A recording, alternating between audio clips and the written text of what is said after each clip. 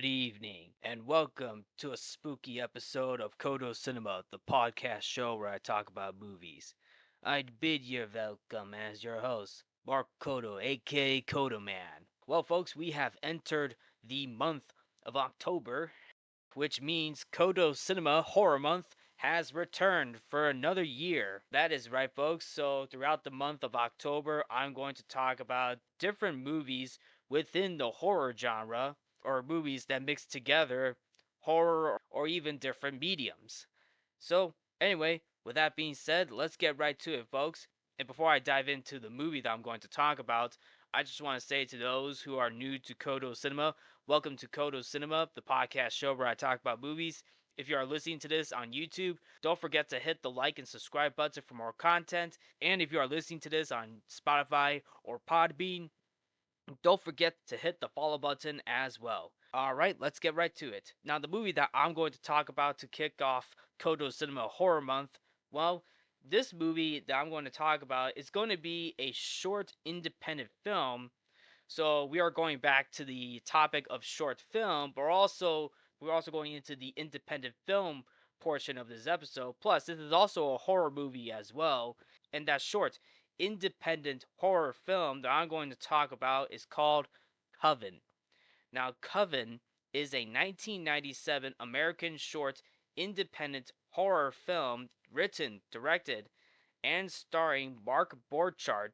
Now, this short film follows a man named Mike, who is an alcoholic drug abuser who re examines his life until he nearly dies from an overdose.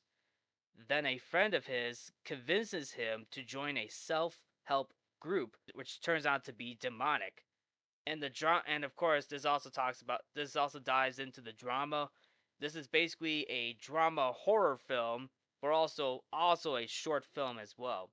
Now, sure, to those who are probably listening right now, it may not sound much, but to be fair though, there is a lot more to this movie than you may think it is, because the short film became the subject in a documentary titled American Movie, and the movie Coven was shot in black and white with local talent around Milwaukee, Wisconsin. And as I mentioned, Mark Borchardt wrote and directed this movie, plus he also starred and produced the movie as well. And it has a cast that includes Tom Shimmels, Marianne Frost, Robert Richard Jorge, Cherie Beaupre, along with Jack Bennett, Mark Nadolski, Scott Barrett, Barbara Zanger, Donna McMaster, Mike Shank, Sidney Snyder, Nancy Williams, and Wade Dubois, who played the support group members. Now, before I dive into that movie's plot, I want to shed some light on this film a little bit, because I mentioned that this short film became the subject in the documentary American Movie, which is a 1999 American documentary film directed by Chris Smith and produced by Smith and Sarah Price, to which Mark Borchardt was the main lead. Plus, his friend Mike Shank was also involved too. So whole documentary not only talks about Mark Borchardt's life. This is also a behind the scenes documentary of how the Coven movie was being made. Now, around that time, this was in the 90s. Coven was released in 1997, but the production process took 3 years to make. So it was so it started around 1994, and of course, that movie, Coven, suffered from numerous setbacks, including poor financing, a lack of planning, Borchardt's alcoholism, which the alcohol part a does play a role in the Coven movie, and of course, the ineptitude of the friends and family he enlists as his production team. So there was a lot going on making this short film. Now, the short film is basically about 30 the short film is about a half hour long. Now, that may not seem that long, but when it comes to production, it is hard to make. You got to get cast and crew, who's going to do the filming and stuff. And of course, dealing with personal issues, right? Because Mark Borchardt, he's an independent filmmaker, and and of course you're probably wondering how I got introduced to Mark Borchardt in this whole Coven movie. Well, apparently during my time in college, and this was also around the time during COVID as well. My introduction to this was back in 2020 when I was a junior in college. Plus, it was also around the time of COVID. Mark Borchardt, he's an independent filmmaker, and he's basically known for the subject of the 1999. He's basically known for the subject of the 1999 film American Movie, which documented the 3 years he spent writing, shooting, and editing his horror short Coven, which came out in 1997. Now, of course, he was around that time. He was also trying to work on another movie that is actually in production to this day, and it's called Northwestern. And that movie was also mentioned in the American movie as well. Now the documentary American Movie, it is going to be another movie for another day, but I would really want to shed light on that subject because the movie Coven exists because of the documentary that came out. So that's why I wanted to shine light on that. Plus, around that time, the American movie is basically the one that put Mark Borchardt on the map, to which he would later go on to have a pretty decent acting career too. Even though he still leans into being a writer and director, right? And to be quite honest, that's a pretty nice career, especially from someone who is more independent, if you know what I'm saying, right? Which will definitely lead into, the subject of independent filmmaking, right? Now I am going to touch on this briefly because I really want to get to the short film. So, now independent filmmaking, or just simply indie film or independent film, is a movie produced outside of the major studio system, typically with a lower budget and greater creative control for the filmmakers. So, yeah, so Mark Borchardt is a independent filmmaker, and to be quite honest, independent films are, in my opinion, independent films are overshadowed by these big name Hollywood movies, right? Hollywood movies get a lot of attention nowadays, right? But of course, indie films do get attention as well. And I think around this time, because let's be honest, in this period of time, Hollywood movies have been having their fair share of ups and downs, and this definitely gets the attention of many people who are leaning towards independent films, right? Because there's a lot of famous filmmakers who got their start with indie films, right? Or even, just simply lean into more on the independent filmmaking, right? Like, for example, like, just to name a few people, Quentin Tarantino, Wes Anderson, and Sofia Coppola, along with talents such as Chloe Zhao, they have established themselves as independent filmmakers, right? Like, you have Quentin Tarantino, who has gone on to make a lot of great movies. Like he did Reservoir Dogs, and of course Pulp Fiction, which actually won him his first Oscar. His latest movie that he did was Once Upon a Time in Hollywood, which came out in 2019. There are rumors that he is trying to make another movie, which at one point it was supposed to be titled The Critic, but apparently that's not the case. So I'm pretty sure he is doing a 10th film. And I'm pretty sure that he's trying to like come up with a movie for his, 10th feature film, so to say.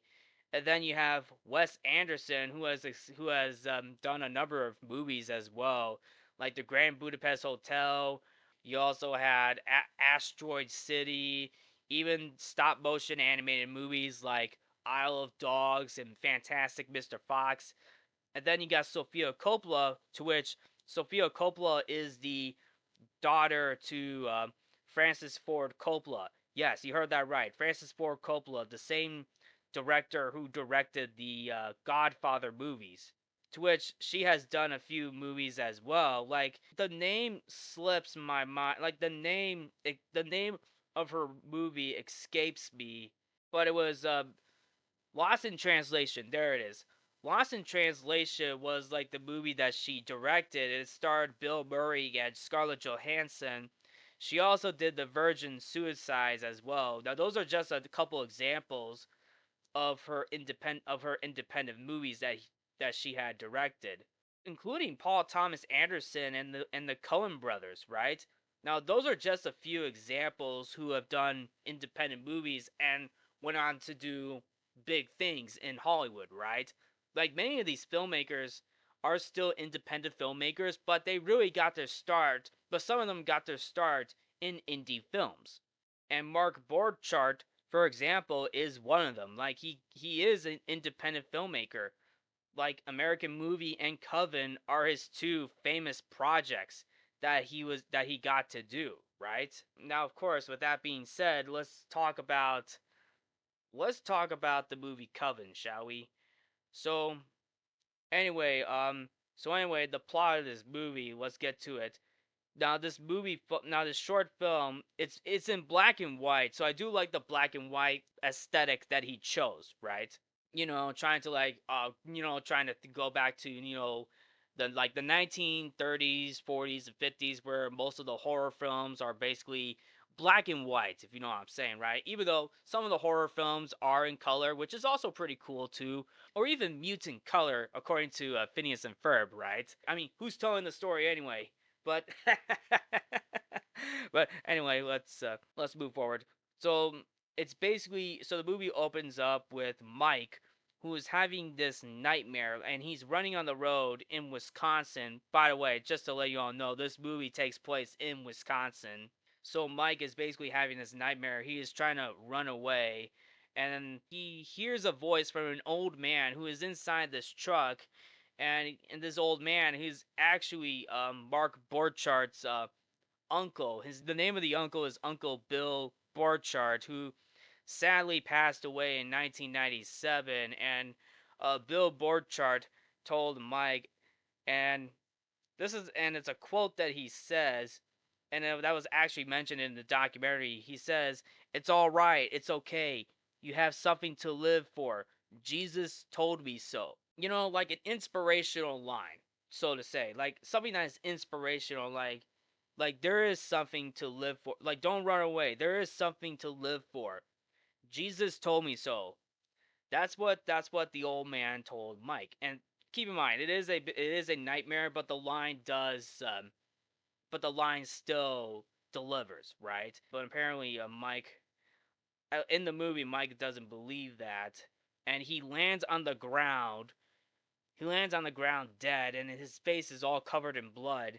But thankfully, it was just a dream. So he wakes up, and of course, this is basically Mike, who's a writer struggling with a lack of artistic process, if you know what I'm saying, or productivity, so to say. And the thing is, he's dealing with the pressures he feels from within and without. He escalates his abuse of alcohol. One day, one day he's on the phone with some guy who the guy that he's working for. I don't think we ever got a name, but he's telling him that he's trying to, and I try to say, like Mike's trying to say, and Mike is being played by Mark Borchardt. He's trying to say, yeah, I'll finish the damn article. You can definitely tell right away that Mike is basically struggling, and he's basically taking his anger out by transitioning to alcohol and drugs, right? And this is when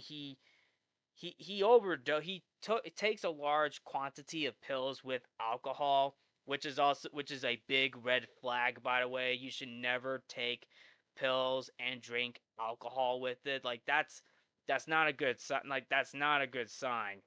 Like that's not a good sign. This resulted in an overdose, and which leads to Mike throwing up in the bathroom. And of course, thankfully, he was able to get to the phone right away and call, and get a ride to the hospital. So he's basically hospitalized, but he was able to get back on his feet.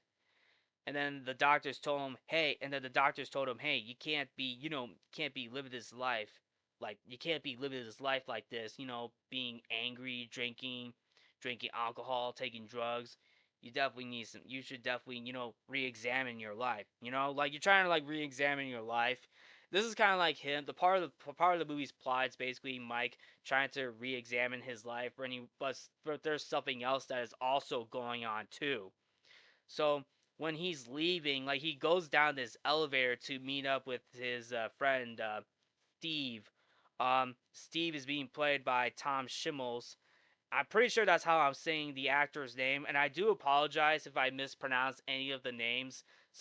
Most of these names are very new to me, so I do apologize if I mispronounce any of these names. So Mike is in this elevator with two other doctors, and there's this woman who's on this hospital bed. So apparently they're going down this elevator. They're going down this elevator, and apparently there is this stranger who we find out his name is Goodman. We don't know his name till like later on in the movie, but it's the same guy, Goodman, who's being played by Robert Richard Jorge or Robert Richard George, but or is it Robert Richard George? But it's probably Robert Richard Jorge or just Robert Richard George. Because it has the J in it, Robert Richard George, because George is spelled with a J, but it could be a silent J, so to say. So, Goodman, who is Robert Richard, the character that Robert Richard George is playing, he's basically by this. He's basically, he basically, tips his hat and cane to, I guess, to the four people who are in the elevator, and the woman on the bed wakes up, gets creeped out by the guy, and she begins to have a seizure attack, and the doctors are trying to help her. And it's a scary moment too, because this woman woke up like she was like in a coma for some reason, but when she wakes up and she sees the Goodman person, she begins to have a seizure, and I think it indicates that she has seen this man before, right? And I guess whatever happened was, and I think, and we never knew what happened between that woman and Goodman, but I feel like there's a theory about this, and I'm gonna get to that a little more later on. So anyway, so after that episode, Steve takes notice of Mike's increasing volatility and volatility and isolation, and this is when Steve picks Mike up in the hospital. He confronts the defensive writer, showing genuine concern for his friend's self-destructive behavior in the process, and it is suggested by the lack of others at the intervention that Steve may be the only friend Mike has left. So Steve asks Mike to join him at a support group with which he is affiliated with, and after gaining some perspective, Mike agrees. So at one point, Mike doesn't want to be in part of this group, but he does give in to the group. This is probably Mike saying, hey, life for me is full of crap. Maybe this support group could help me out a little bit, you know? And I'm referring to the character of Mike. I mean, and to be quite honest, life itself can be full of crap, but you know what? There's a lot more in life. There's a lot more in life, and something to live for in life, something good to live for in life. And maybe that support group could help him, right? Of course, Mike does goes back to his alcoholic ways, but he gets a phone call from his friend Steve to like saying, "Hey, where are you? You're a little late to the group. Are you coming?" And Mike is like, "Oh yeah, yeah, yeah, yeah, sure, sure." Mike is basically hungover on the couch, so to say. But of course, this support group is basically an AA, Alcoholic Anonymous group, sort of group. So they're basically this group takes place at a church, right? It's inside the church, and Mike meets the members of this group. So, we get introduced some of the other group members. Like, we get one member who's basically, a loner. Like, he's all alone, but he has the support group to support him. And then we get this woman who technically has a husband who is working a job 30 hours a week, but apparently doesn't get benefits, and she's kind of being dragged into the situation. And then of course you got this other fella, it's actually Mike Shank. Mike Shank is the friend to Mark Borchardt, and Mike Shank is talking about like his experience with Mike Shank talks about his experience with drugs. But unfortunately, Mike, the character Mike, not the actor Mike Shank, the character of Mike soon realize something is up. Like after the first meeting, he hears Goodman saying, "Hey, I hope we get to see you again real soon." And then the woman, I believe her, I believe her name is Sharon. The woman who is right next to Goodman, gives Mike a the phone number. Hey, don't be afraid to don't be don't be afraid to reach out for help. Okay. And Mike's kind of like, okay, we'll see how everything else goes. Thanks. So Mike goes back to his usual alcohol routine, trying to write a good story, and he continues to go to these meetings. Now he does continue to go to the meet. He does continue to go on to those meetings. Plus, even outside of that, he still like he goes to a drugstore, buys some, just to buy some booze, right? And then at one point goes into a forest, just to take a walk and write. And I'm pretty sure it's his journal, right? So I guess in the journal he's trying to come up with ideas for the article or even stories, so to say. But what happens next? He sees this group, and they're all wearing black cloaks, and they're all surrounding Mike. And what they do is they drag Mike through the muddy ground of the forest, and of course they also drag him through a creek as well.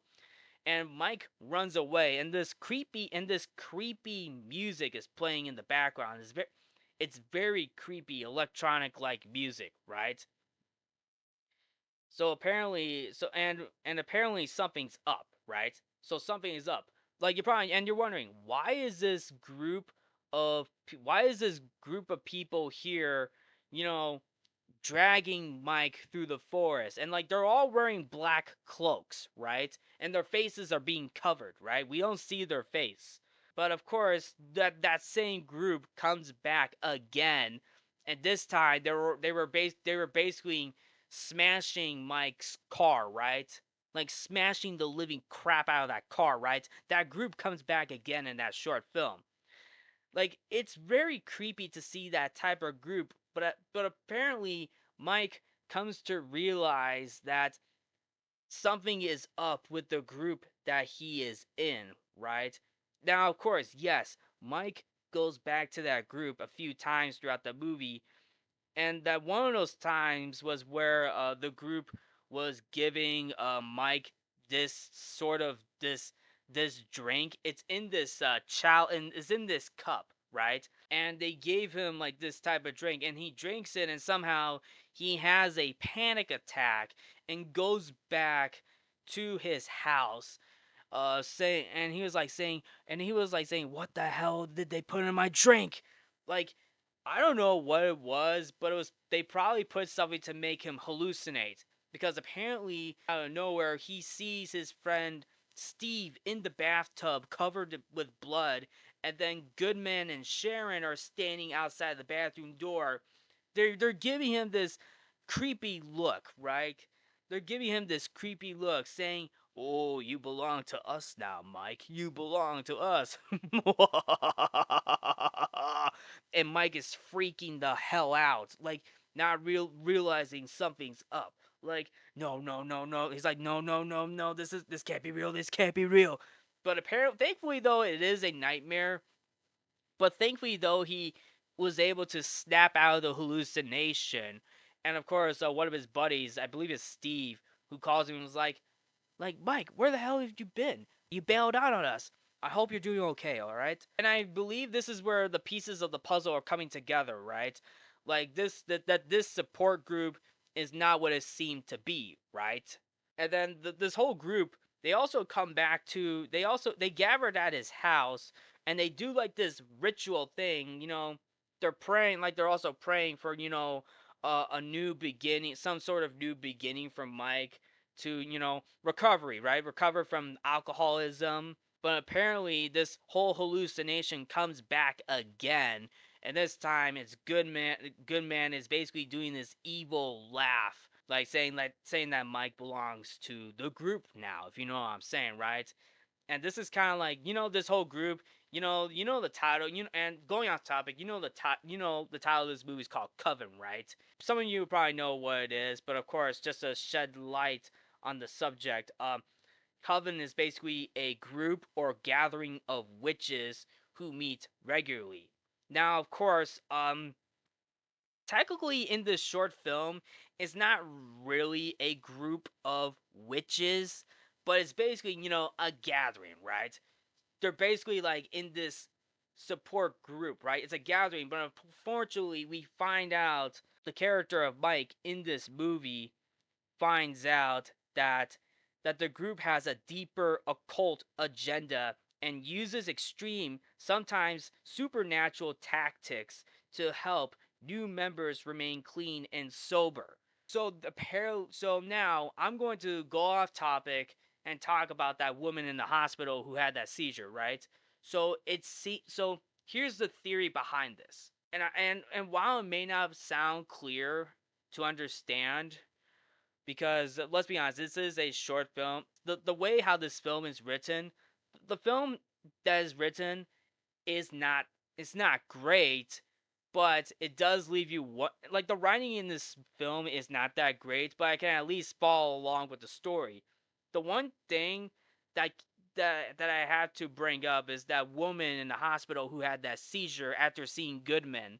Now, I got a feeling, and this is a theory, that this woman who had that seizure in the hospital was a part of that support group and and is basically scared of good men.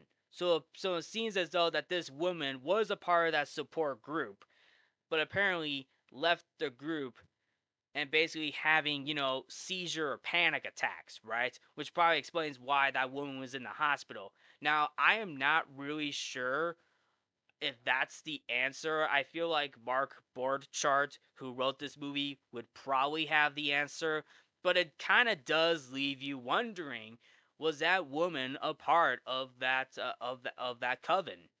Hence the title of that movie. We don't know, but it does leave you wondering about that, right?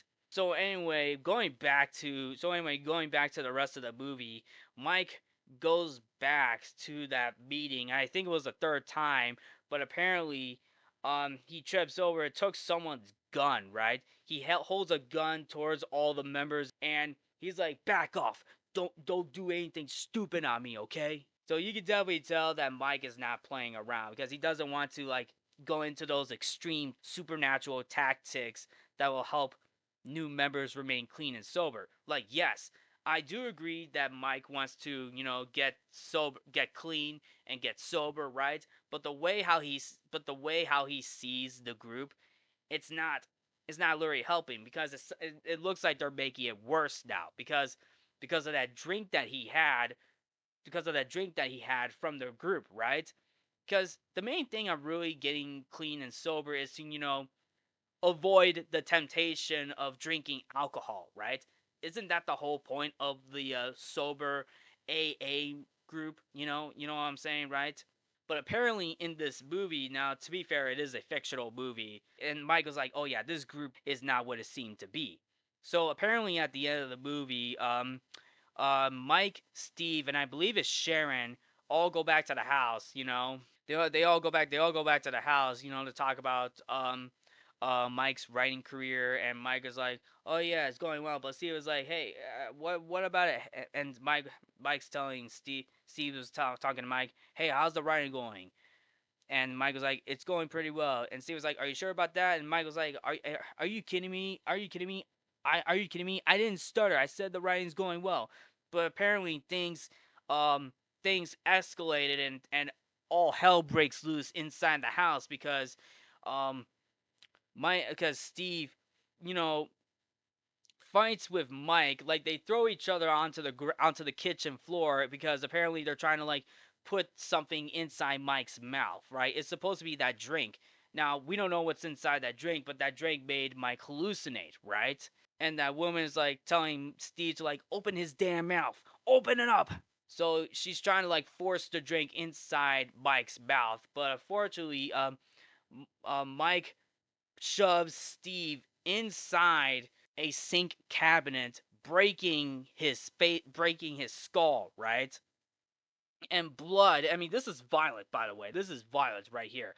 Like my Mike breaks Steve's skull, right, in that movie, and his face is bleeding, and Mike yells at Steve, "Try to help me now, man! Try to help me now!" And of course, Sharon had a knife, stabs Mike in the leg, but even before that, Mike actually kicks her in the kneecap. So basically, they're both down, and then at the end, Mike literally, beats the living crap out of the woman to a bloody pulp. And of course, and then of course the music keeps on going in the background, by the way. And I will admit that music is really creepy. Like, I gotta give props to the composer of that movie. Big shout out to the film composer right there for putting out this creepy electronic music. Like, it really is. The music is really creepy at times, like giving it the horror aesthetic, right? Very eerie and ominous, right? Something that can literally, something that gets the skin crawling, right? But anyway, after the fight, Mike goes to the corner of the wall, all covered in blood, and he sees the two dead bodies. And of course, the movie ends with Mike heavily breathing, right? And that's how the movie ends right there, folks. That's how the short film ends. I'll say this. Overall, the short film is actually pretty good. Now, it's not a great short film, but it is a pretty good film on its own level, especially from an independent filmmaker like Mark Borchardt. But also to keep in mind, the filmmaking is a bit amateurish, so to say. But to be fair, I'm all for it. I'm all for amateur filmmaking too, especially from someone who is more independent, right? Who's able to, finance the movie on its own level without a major studio, right? And also, speaking of studio, the movie's production is called Northwest Productions, and that was basically, taken from the movie that he was originally going to do that is still in production, but that's the movie's production company, right? That's Mark Borchardt's own production company. Now, for the rest of the group members, we don't even know what happened to them. All we see is Steve and that woman Sharon dead, right? We don't know the rest of the members, so it's hard to say what happened. But if anything, if anything, it's left up in the air. It's left up in the air to know what happened to the rest of the group members besides the two group members. But I got a feeling Mike it won't be able to attend that support group session anymore. At least after for what happened at the end of that movie. But other than that, I feel like the film on its own, it's pretty good. It still leave you wondering what it still left you wondering what happened, and along with a couple of along with a theory or two, at least from my point of view. But I still think this movie is good. Like, I feel like this movie deserves a lot of attention. Like, indie films deserves a lot of attention. And indie films will definitely help get people on the map for like big projects.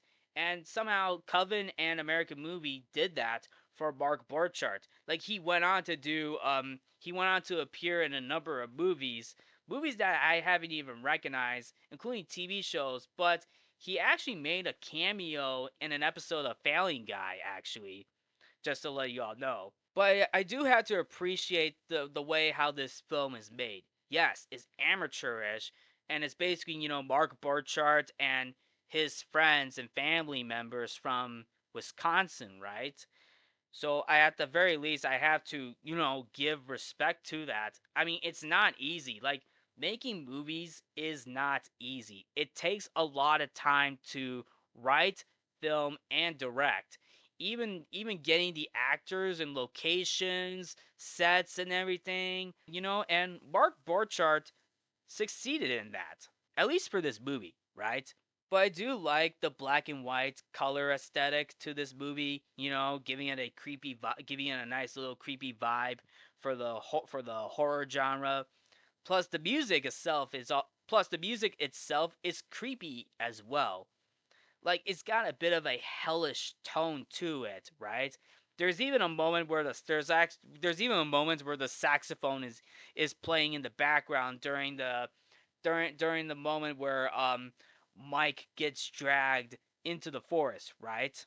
I thought that was like a comedic moment to it as well. But anyway, just to wrap things up, the short film is actually on YouTube.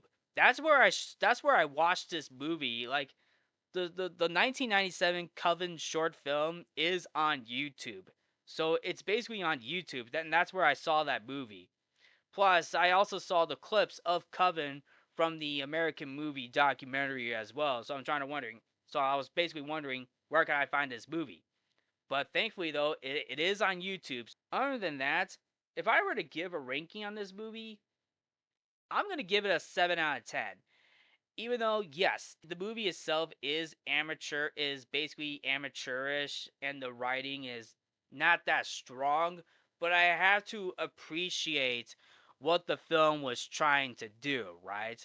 I had to appreciate what the film was trying to do, especially Mark Borchardt. Like Mark Borchardt deserves a lot of respect for this movie because it wasn't an easy movie to make because of his personal life with alcohol, plus getting his friends and family together to help with the production, and of course the setbacks, and of course the financing, and of course financing the movie.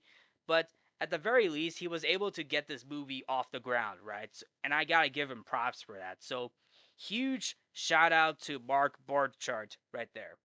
One last thing to mention about the writing, I feel like, and this is basically when Mike realizes that this support group was being, demonic, right?